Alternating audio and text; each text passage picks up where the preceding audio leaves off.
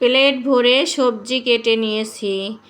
এত সবজি দিয়ে আজ কি রান্না করব আমার প্রিয় ভাই ও বোনেরা? মজাদার একটা পাতলা খিচুড়ি রান্না করে নেব। শীতের সবজি, শীত চলে যাচ্ছে আর এমন খিচুড়ি খাবো না তা কি হয়? তা আমি অনেক রকমের সবজি কেটে ধুয়ে রেখে তারপরে কাপড় কেচে ছাদে গিয়েছিলাম।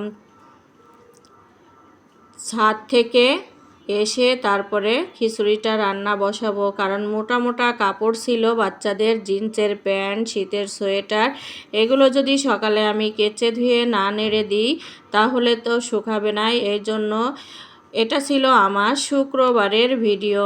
যেহেতু অফিস বন্ধ ছিল, একটু দেরি হলেও খাবার খেতে কোনো সমস্যা হবে না, তার জন্য আমি সবজিগুলো কেটে ধুয়ে রেখে ছাদে চলে গিয়েছিলাম কাপড় কেচে নিয়ে নাড়ার জন্য।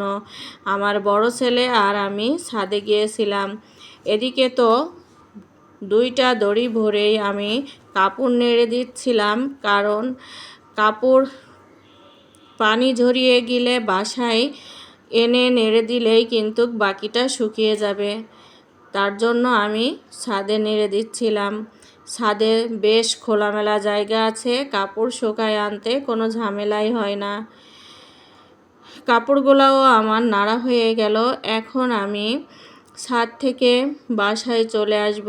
বন্ধের দিন তো আমার প্রিয় ভাই ও বোন, অনেক কাজ থাকে আমার বাসায়, আর সব কাজগুলোই আমার নিজে হাতেই সামলিয়ে নিতে হয়। তারপরে কাপড় নাড়তেছিলাম আর আশেপাশের একটু দৃশ্য দেখতেছিলাম। বেশ ভালোই লাগতেছিল, কারণ ছাদে গেলে অনেক রকমের দৃশ্য চোখে পড়ে। তাই আমি একটু ক্যামেরায় বন্দি করে নিলাম আশেপাশের বিল্ডিংগুলো, ছাদে সবাই গাছ লাগিয়েছে সেগুলো। এই হলো আমার বাসার ছাদ থেকে আশেপাশের ছোট্ট একটু দৃশ্য আপনাদের মাঝে তুলে ধরলাম। ছাদ থেকে চলে আসলাম বাসায়।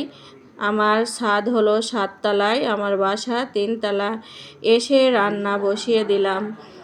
তা আমি তো আগে থেকেই কেটে কুটে নিয়েছিলাম নতুন আলু, এগুলো কিন্তু ছোট আলু। আমি বেশ কয়েক কেজি এরকম আলু কিনেছিলাম। ভাজি খাওয়া যায়, আলুর দম খাওয়া যায়, খিচুড়ির ভিতরে দেওয়া যায়। তা আজকে আমি সবজি খিচুড়ি রান্না করব, তার জন্য গোটা গোটা আলুও কেটে নিয়েছিলাম। আর এদিকে আমি কলাইয়ের ডাল, মুসুরির ডাল আর চাউল, সিদ্ধ চাউল বসিয়ে দিয়েছিলাম ধুয়ে। তারপরে পরিমাণ মতো হলুদ, লবণ আর কয়েকটা কাঁচামরিচ কেটে দিয়েছিলাম। আর যে সবজিগুলো কেটে নিয়েছিলাম সেগুলো আমি কাঁচাই খিচুড়ির মধ্যে দিয়ে দেব না, হালকা করে একটু তেলে ভেজে নেব, যাতে করে খিচুড়িটা আমার খেতে দারুণ মজা লাগে।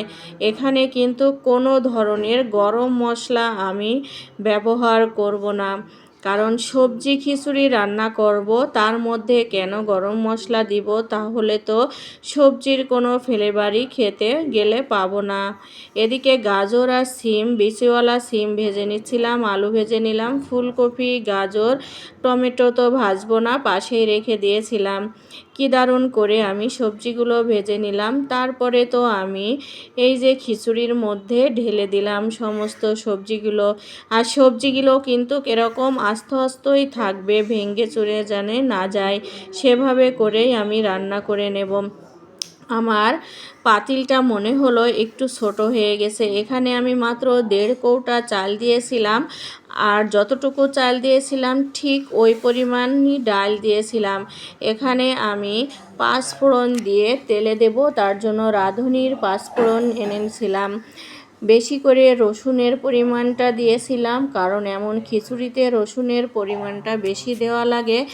এই যে পেঁয়াজ রসুন ভেজে নিচ্ছিলাম, গোটা জিরা দিয়ে দিলাম, তারপরে 5 ফোড়ন দিলাম, গোটা কয়েকটা শুকনো মরিচ দিয়ে দিলাম, কারণ সবজি খিচুড়ির সাথে এমন শুকনো মরিচ তেলে ভেজে দিলে খিচুড়ির উপরে আলাদা রকম একটা সুঘ্রাণ আসে।